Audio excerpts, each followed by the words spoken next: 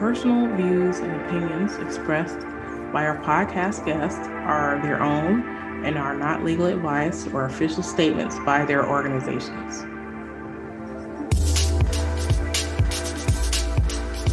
Hello, my name is Debbie Reynolds. They call me the Data Diva. This is the Data Diva Talks Privacy Podcast, where we discuss data privacy issues with industry leaders around the world with information that businesses need to know now. I have a special guest on the show. Her name is Jess Simpson. She is the Senior Vice President at Global Solutions Consulting and Verified Technology for Publicis Groupe. So she is a very dynamic global data and tech consulting leader. Welcome. Thanks for having me. I'm so excited to be here. Yeah. I've been following your podcast forever. Oh my goodness. So, okay. I always tell the story about how we met my guest. So I saw that you were speaking at a conference that I was attending in New York. It was the Catch Privacy Matters group conference in New York, and I sent you a message. I was like, hey, I can't wait to see you speak or whatever.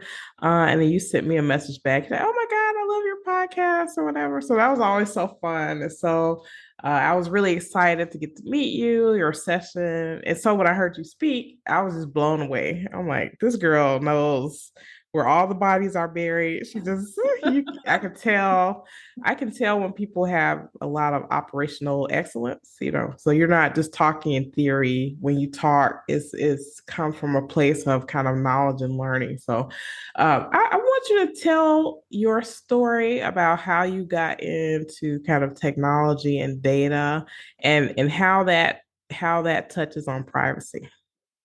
Well, first of all, that's such a huge compliment coming from somebody who has the credentials that you have, because when I started this particular job at Publicis about 2 years ago, your podcast was one of the first podcasts that I started listening to teach myself the ins and outs of digital trust technology and the intersection of policy and tech. So to get a compliment like that from you is very flattering, and I will take this recording and keep it for rainy days. So thank you.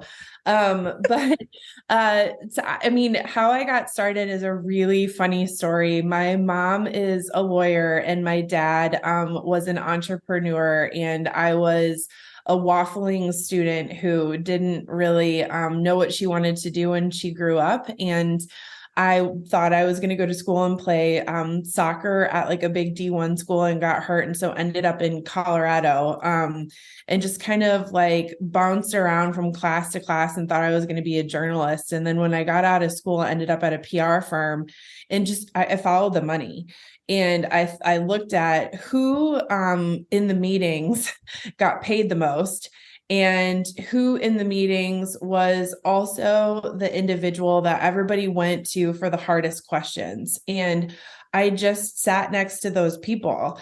And so I sort of just taught myself. Like, I knew I never wanted to go to grad school or get an MBA because I'm a little bit allergic to math. And I would just sit next to like the engineers and the solution architects and the analytics professionals, and I would ask questions. And I just wanted to be that person that people would go to answer the really, really hard problems. And then I would just find the resources online to kind of teach me how to answer those problems. And so I would apply for the roles that, a lot of other people didn't want, and taught myself how to be like a pretty specialized SME in certain elements of technology and data that complemented the focuses of analytics and other technology practitioners really well. And that's kind of how I got to where I am today. It was definitely not through schooling. So that is stunning. That's amazing. So let me tell you what I think is really amazing about that. So I think we have a parallel there, where a lot of my technology is self-taught. I was a philosopher, believe it or not, in college, and my mother was horrified. She was like, "Oh my God, like what in the world can you do with that?" Right? Like, she came from, very old-fashioned, and he was like, "Okay, you go to school for a trade. You want to be a lawyer, you want to be a doctor, you want to be a plumber." she just didn't understand at all. But that taught me how to think, and it taught me how to speak and reason with people. And then I just fell in love with technology, and that's how I applied it. So I think your story is amazing because it shows what you can do when you're curious and you really want to learn and you want to really be that person. And also, I feel like in technology spaces, a lot of what we're doing is emerging. So there isn't like a roadmap and there really isn't a blueprint for that. So I think really interesting people like you do a really good job of making a path for yourself just by your interest. And wow, what a path you've made for yourself. You have to be curious. And that's so funny. I had a boss who asked me, like, what's your number one quality? And I was like, I don't know. My mom finds it to be a detriment because I ask a lot of questions and I negotiate with her constantly. But I think it's my curiosity. And I always ask people who interview for my open roles too. I'm like, are you curious? Because I can teach you the technical, but I can't teach you like the soccer analogy. Like I can't teach you to want the ball, I can Right. teach you the techniques, but I can't teach you to want the ball. Like you need to want the ball more than everybody else. And that's the curiosity aspect. Like you need to want to know how to answer the question more than anybody else in the room. And I can teach you how to get there because there's a bunch of different ways, but like you need to want to know the answer more than anybody else. Yeah, yeah, excellent, excellent. So I want to dig a bit deeper with you on what you do in your role because you're super duper deep into kind of the marketing and ad tech space. And a lot of people don't really know that space outside of kind of the superficial front front end of that, right? So they're like, okay, well, a marketing person, they do websites and they, talk to legal people, but you really help organizations with kind of the guts of the operation in terms of how they touch data and what they do with it. Can you talk a little bit about that? Yeah, it's interesting because we'll use so depending on who you talk to, I roll into the chief digital officer of Publicis Groupe, Helen Lynn, and she'll always be telling me a lot like, Jess, there will be people who want to understand how to build the plane and fly the plane, and then there'll be people who just want to understand how to land it. So know your audience, right? And so it's very much who are you talking to? And I'm fortunate enough to get to work across the entire landscape of the industry. So when we think about the paradigm of privacy and the advertisers that have to navigate those headwinds, it really encompasses more than just what's happening with big tech and Apple and Google or regulatory reform. I mean, it really does encapsulate some things around sustainability and antitrust and diversity and inclusion. And so how does all of that play together in terms of not how do we help advertisers or the partners interpret the law, but how do we help them build an experience or invest in the right data infrastructure or recommend the right workflows and the right trust technologies to support that so they can continue to execute on really mission critical use cases that have been driving media, advertising, and marketing initiatives, from the beginning of time. And I think like that's the technology Tetris and puzzle that we find really interesting. So a lot of media practitioners have gone out and they've just traditionally and very tactically and transactionally bought media and said, I'm going to go to a streaming service like a Roku or a Disney Plus or a Netflix, and I'm just going to buy media. That's not how it works anymore. You have to think about, what data am I going to use? How do I understand my audience? How do I understand their preferences and their consent flags? Do I target them on an ID? Is that ID consented? Do I want to move my data around the ecosystem? Should I use privacy-focused APIs or should I use CDP connectors to do that? How do I target, if I'm a healthcare client, how do I target my audiences using personalized creative without seeming creepy or going against regulatory requirements? And so those are all things that we advise clients on, and then also work with the partners who support the clients, like DSPs, SSPs, CDPs, clean rooms, cloud partners, to help drive their roadmap to be equitable to the needs, desires, wants, and requirements of the buy side for the advertiser. So it's a really neat position to be in, because on any given day, we could talk to a data privacy organization or a CMO organization or, a CIO, CTO organization, and we're really trying to open up marketing transformation opportunities so that they can drive, digital business transformation and growth, all through the lens of executing cool advertising. Yeah. Wow. That's a big job. That's a big job. Tell me how, so you've been doing this and on this track for many years. How has privacy impacted your job? So privacy laws existed for a while, right? There are more privacy laws that were coming into play. People started really paying attention to privacy at the C-suite level once the GDPR went into effect in 2018. But how has your life and your work changed as a result of all these crazy tectonic shifts in privacy? Oh man, where do I even start? I mean, I probably have like 3 conversations a week with CMOs where we talk about what's happening with privacy disruption. And at first it started with like cookie deprecation, and I say that in air quotes. And I'm really trying to up level that conversation, because it's not about cookies. No. That's not what it's about. You know what I mean? It's about the fact that technology has a trust problem, and brands need to own, specifically marketing needs to own the fact that trust sits inside of marketing.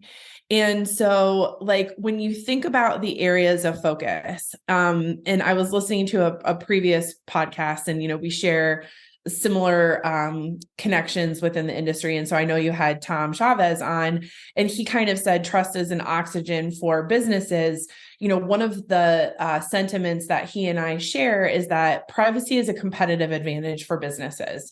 And so how, I think, to answer your question specifically, how has privacy been a disruptor, but also I think something that has been so fundamentally embedded in what my day-to-day is it's an education standpoint on how privacy can drive media efficacy, or privacy can drive, growth and business expansion. And so the issue with that, though, is that how do you as an agency organize that education in a way that's not actually providing legal advice, but that's helping your clients, execute smarter marketing business campaigns, right? And part of the issue is that the tech regulation is so inconsistent and outdated and fragmented.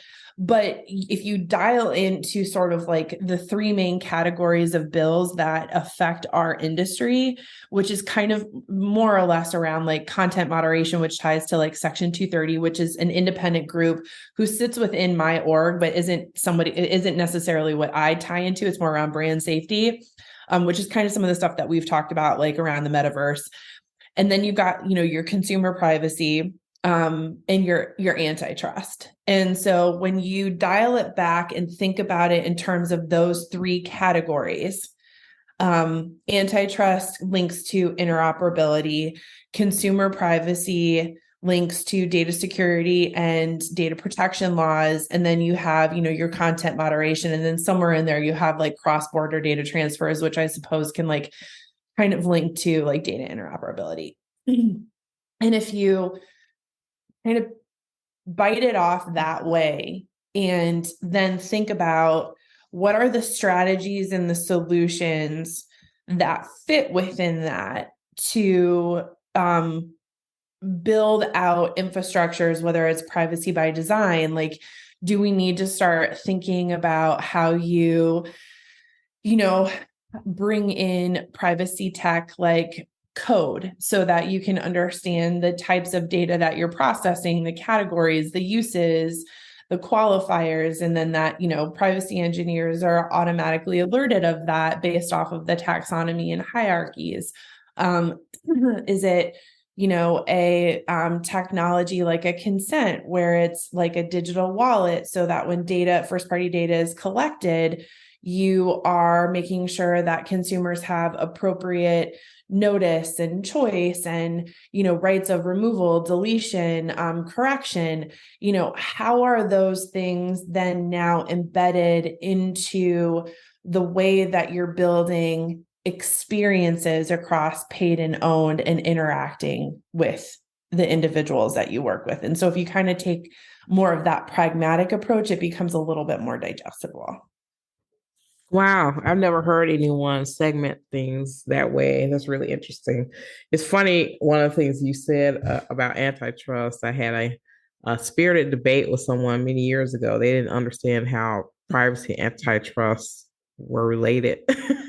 I'm like, come on now. Related. Right. Because if you start breaking, which on one end, right, you start breaking up big monopolies like the Googles and the Facebooks of the world, you do start opening up some risk around the first party data that sits in there, because you are without PETs to support the way that some of that's accessed. It's very interconnected. Yeah. So, yeah. I agree. I think let's chat a bit about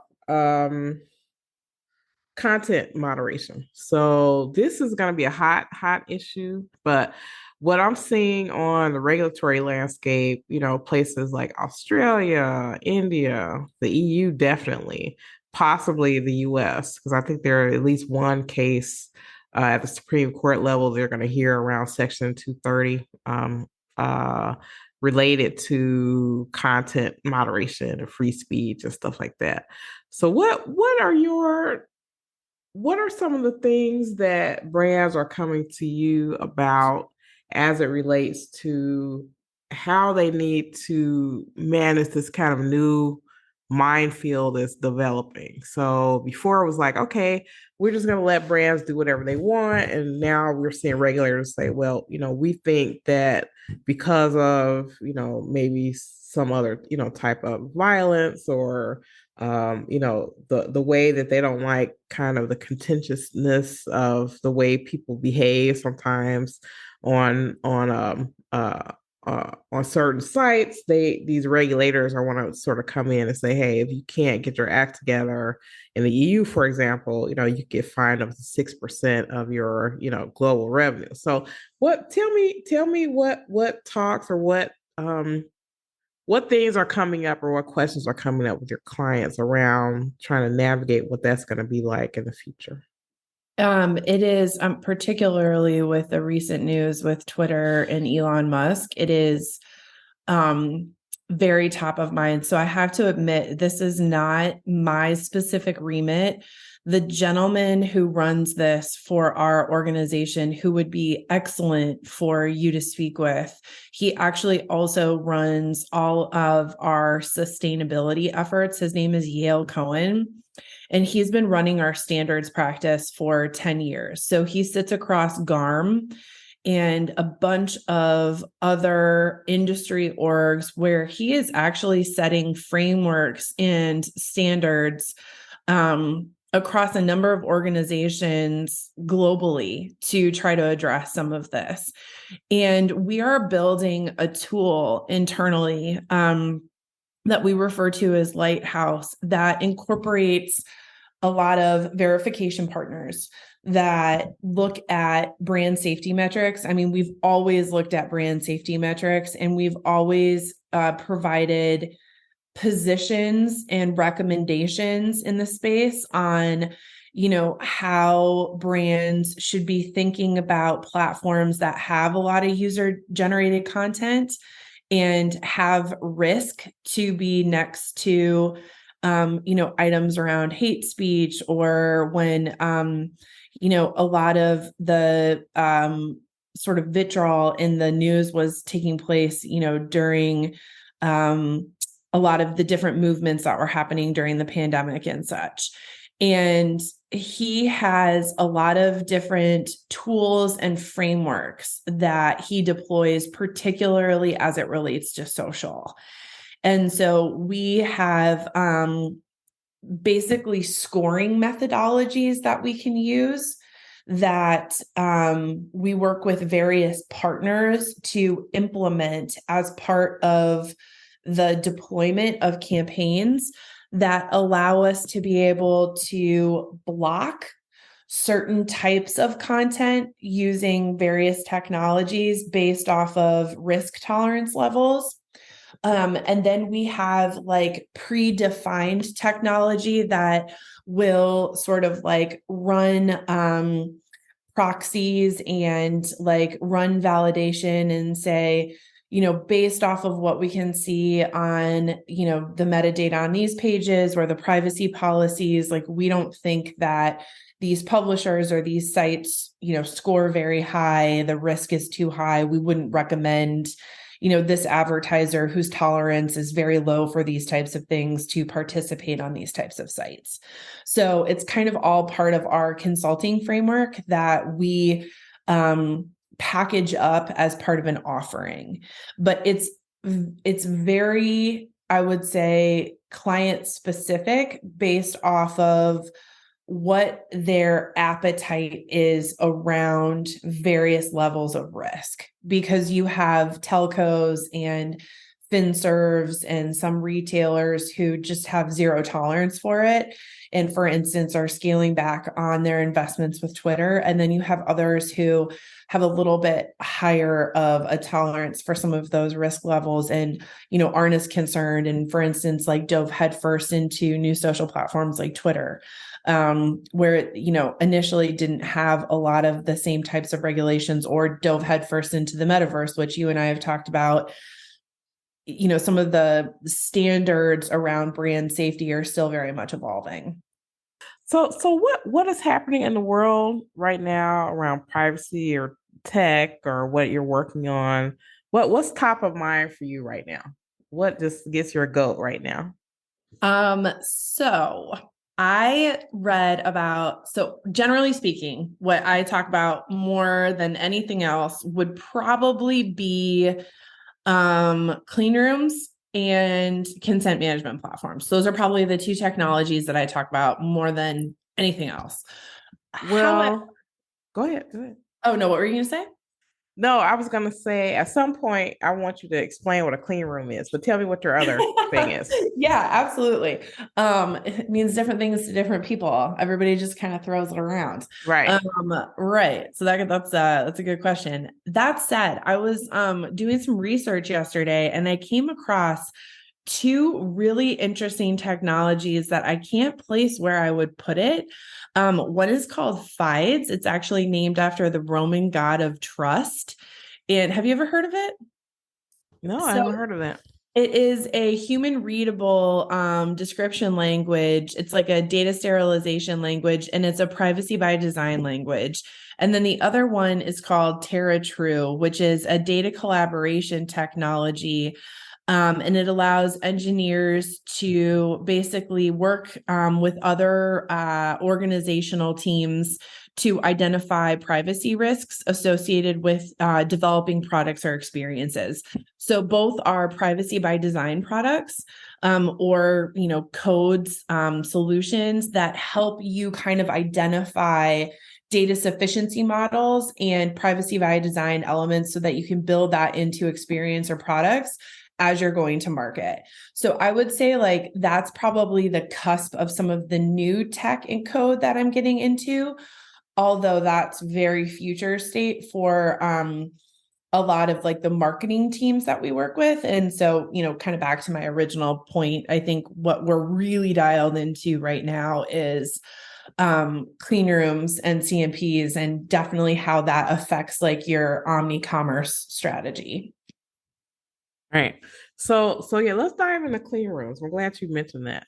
um because it is something because I work across many different industries, sometimes people take those terms and they use it in different ways. So back in the day at clean room, people thought it was kind of like a data collaboration space, kind of in the legal sense, like people were like a deal room, that's what they used to call them. But clean rooms are totally different. So can you explain to me what a clean room is and what it's supposed to do and kind of a marketing in your world? Yeah, so the way that we think about it, I mean, there's definitely like we probably think about like four different classifications of clean room. But the definition of a clean room in our world is basically a privacy enhancing technology or digital trust technology that does in fact allow for secure data collaboration. And so the way that we think about it in terms of like what the approach and purpose is that its intent is to mitigate consumer privacy and data security risks while maintaining critical marketing and media use cases. And so we don't necessarily think of it as like a safe haven or a CRM database, which is what a lot of more legacy systems are kind of trying to like bucket themselves as a clean room. And we see the core functions being around, protection around data breaches, and data leakages, so that data security piece, which the cloud clean rooms do a really good job of. So like the AWS and Snowflakes of the world, but it's also around protecting data custody. So that's where like the confidential computing and the multi-party compute come into play. So you match data without moving data when you're sharing with second and third parties. Identity not being leaked. So linkages of individuals cannot occur. And then all about like the differential privacy, the Caymans, all that good stuff, right? So attributes cannot be appended at a user level, which most clean rooms do. Like that's kind of table stakes. And then we see like the four levels of clean rooms being the closed ecosystem clean room. So that's like your Google Ads data hub, fondly referred to as ADH, or like Amazon's AMC, which is built on the AWS infrastructure, Facebook's analytics environment. I think they call it AA. NBCU has one, Roku has one, pretty much every publisher and platform is going to have one, right?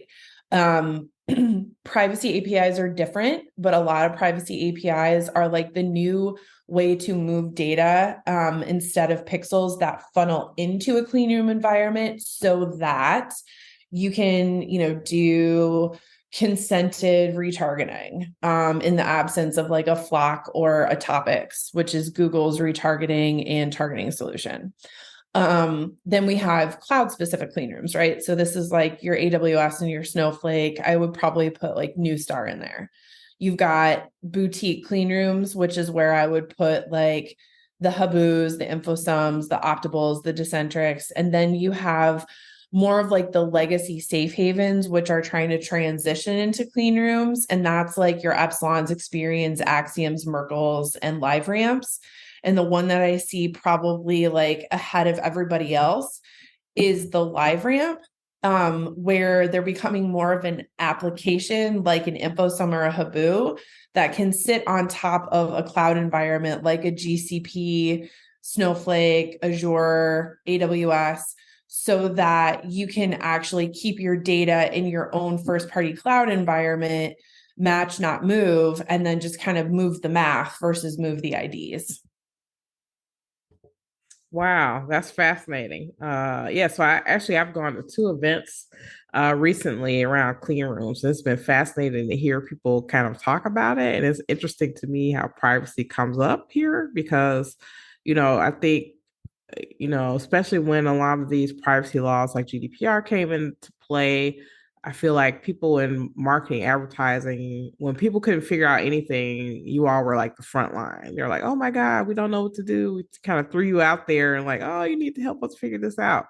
But as compute becomes more complex, and as the data continues to grow, especially when we're thinking about like the metaverse or connected devices and how people use that data or I think that's really interesting. But then also one interesting thing that I think around clean room that sort of, I feel like, this is kind of the entree into what we'll experience in kind of Web3. It's the idea behind not creating new buckets of data, but actually having people have data in place and being able to kind of share those insights. Yeah, totally. Because when you think about like what's happening on the privacy landscape, right? Everyone was talking about cookies, which again just totally trips my trigger because it's like it's not just cookies, it's signal deprecation. Like Right. we have it's cookies, it's mobile device IDs, it's IP addresses, it's everything. Like it's everything that you use to target, measure, plan. And so one of the big things at risk is the ability to bring all of that data in to do planning and audience insights, overlap, all that good stuff. So everybody is using the data that's still in these data marketplaces to do overlap analysis and try to drive audience targeting or mass personalization of like dynamic creative, whatever that is. So where the good data is like retail media networks. I mean, they're never going to share data against an ID. They're never going to do that. Even if it was illegal, which it's not in like the vast majority of the world, that is their IP. Why would they do that? Like even for a substantial media commit, I would never advise that. So how do you get derivative insights from that in a compliant way so that advertisers can still use that to create, this concept of engineered serendipity and personalization at scale without actually having to target the idea itself? Data collaboration, digital trust technology, clean room. You match, you don't move. So it's how it's actually done. I have no idea because again, like I said, I'm allergic to math, but there's some sort of like fancy unicorn math that, people refer to as confidential computing and multi-party compute, where you can like create through encryption these, two tethered data sets. And then you can look at patterns and feature sets, and through these algorithms, you can see shared commonalities. And then there's binary types of flags that are associated to the shared commonalities. Those shared commonalities are then returned. And then you can say, oh, in the Walmart data set, in the Target data set, in the Instacart data set, that's also shared with said advertiser data set. Now I know that I can go personalize my website landing page or my creative to look like this so that I can go acquire PII and then go and target that person on a consented ID. And that's really what we're trying to do with clean room technology at its basic level. I think it's kind of a mind-boggling thing for people. And so I also think, in the future, these things will gain a lot more traction even than it has before, because as those data lakes dry up for people, they're going to have to find a way to get that data or go out of business, right? But then also, I feel like organizations, they're going to be more particular. So they don't want to spend money on stuff that's, targeting people who aren't interested in their product. So they're going to be trying to find ways to be more, I don't know, circumspect, trying to make sure that they're getting the right value. Because I know, a lot of people talk about like ad fraud, where they're like, oh, they buy these ads and they're just not really targeted to the right people. And there's kind of like wasting the money of marketing and ad tech. What are your thoughts about that? 100%. And so the ad fraud actually sits within that same gentleman, Yale, the organization that I was talking about. So the brand safety vendors like Peer 39 and IAS and Double Verified, their tagging and server to server integrations solve for a lot of like ad fraud, brand safety, bot, all of those types of things. And they can be integrated pre-bid. So before you actually bid on the impression, a lot of that stuff is already accounted for.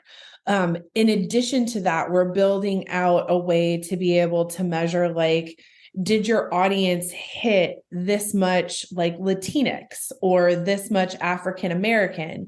So we're trying to actually build out a solution that validates not just brand safety and prevents from fraud, but also keys off on DE&I initiatives. So we're kind of trying to build this all in one, but do it in a way that is, before you actually bid on the impression, in a sustainable way, right? With sustainable partners. So we're also bringing in that element of sustainability.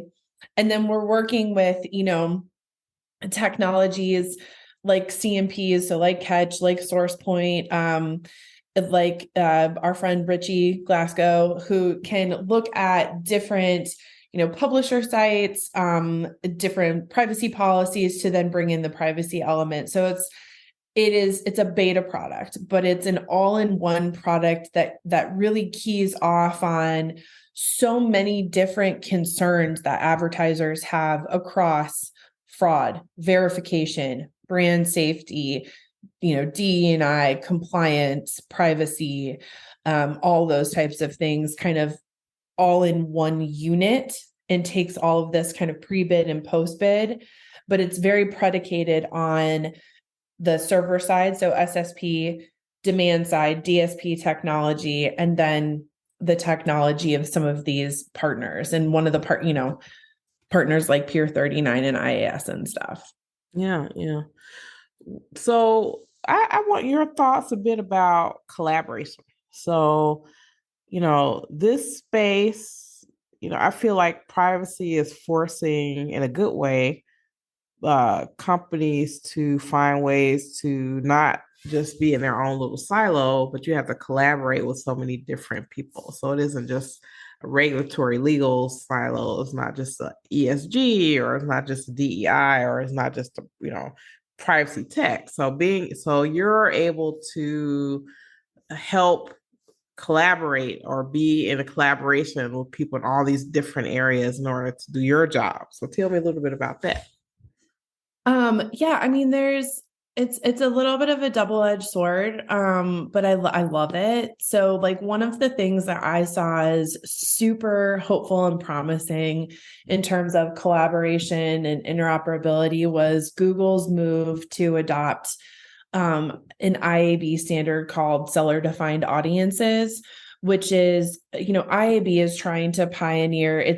I'm sure you know what IAB is, but it's an industry org that works really closely with the FTC to try to represent advertiser and the industry's interests. And they have a product that is going to help monetize publisher audiences.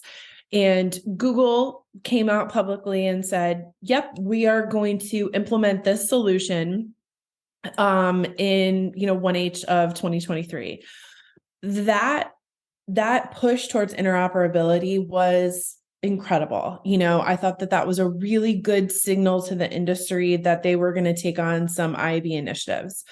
I also think that their indicator towards PAIR, which is basically their counter to like the UIDs and the LiveRamp ATSs of the world, was another really good signal. Now, it's not exactly like a UID or a PAIR for very intentional reasons.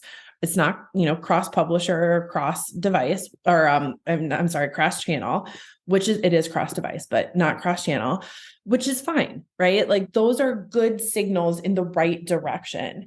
And it also takes into consideration some multi-party compute aspects because it's using clean rooms like InfoSum, LiveRamp, and Habu, which is things that us as an agency have been asking for months. And so we were really, really pleased about that collaboration. And we felt like we were heard, which, for a big behemoth like Google, sometimes isn't always the case. And so sometimes you feel, when you are trying to pioneer collaboration, because it takes so long, because the partners that you're working with are so large and have so many competing priorities, you feel like you're banging your head on the wall a little bit because you are representing multiple interests, but you are always, as an agency, trying to represent the best interests of your advertisers. But I feel very hopeful based off of, some of the working groups that I have been in across the IAB and the 4As and others, about, just where the industry is going. They're trying to get frameworks in market earlier to react to. I feel like there's a lot of engagement. And so I do think it's forcing people to work together. And even at a brand itself, when you think about the technology that's required to just execute on, a campaign anymore, you have to get legal, you have to get the CTO, you have to get the CIO and the CMO in the room to agree and invest in some of this technology. And so you're breaking down silos. And is it hard? 100%. Does it take a really long time? Absolutely. Is it a job for everybody? No, it's not. But, if it, like, it's the tried and true saying, like, if it was easy, not everybody would do it. Do I think it's fun? Yeah. But I like a challenge. So I don't know. I think it's cool. Like, Yeah, me too. Me too. yeah, I like hard problems. So I get really excited me about that too. because it's fun. It's fun. Yeah, yeah. Otherwise you'd be bored all day, Totally. You'd be totally bored. I totally agree with that. Oh my goodness. So if it were the world according to Jess and we did everything you said, what would be your wish for privacy? Anywhere in the world, anything, technology, human stuff, regulation. What are your thoughts? I would just like my first wish would be that one, legal and marketing knock on each other's doors and say, let's have a conversation. Like, how can we help each other? Coming, like, being birthed from a lawyer, like, and almost going to law school, like, the biggest advantage that I think, like I said, companies can do is look at privacy as a competitive trigger. It will drive top line growth for you if you do it the right way. It's a strategy. It's not a compliance box you can check. And the best way to do that is to break down organizational silos. And so go and invite your legal counsel and your data privacy organization out for coffee, like marketing, have a seat at the table. Like, it is now your chance to drive the investments around the technology that institutes trust, and bring that to the forefront. Like, you have an opportunity to influence that. And so from a business perspective, like, I would say, like, that's my biggest wish, is like for marketing to have a seat at that table, and to demand it, and then from just like an overall perspective, I think, like, just, I don't know, like, people should just like take a step back and breathe. Like, we are not like saving babies. We are not operating on hearts and brains. Like, this is marketing, right? Like, we are all on the hook for driving revenue, but we're not working against each other. We're working with each other. So, like, just take a step back and ask questions. Like, it's okay to ask questions. Like, nobody needs to be chaotic or scared or afraid. Like, nobody knows everything and nobody Right. has the answers for it all. So, Right. like, to our earlier point, be curious, just take a breath and be curious. Like, it's going to work itself out. It's just maybe a bit of time, so just have a glass of wine or a glass of coffee, whatever your vice is, and just take a breath and ask some questions, it'll be Yeah. great. Totally, totally. Well, I'm excited because I think I've always been one to go, I sort of float across all these different silos and try to get people to work together. And so I feel like privacy is one of those issues where it just can't work unless you do that. So I think we are forced to go this way, but as you say, it is a business advantage. I say that all the time. Yeah.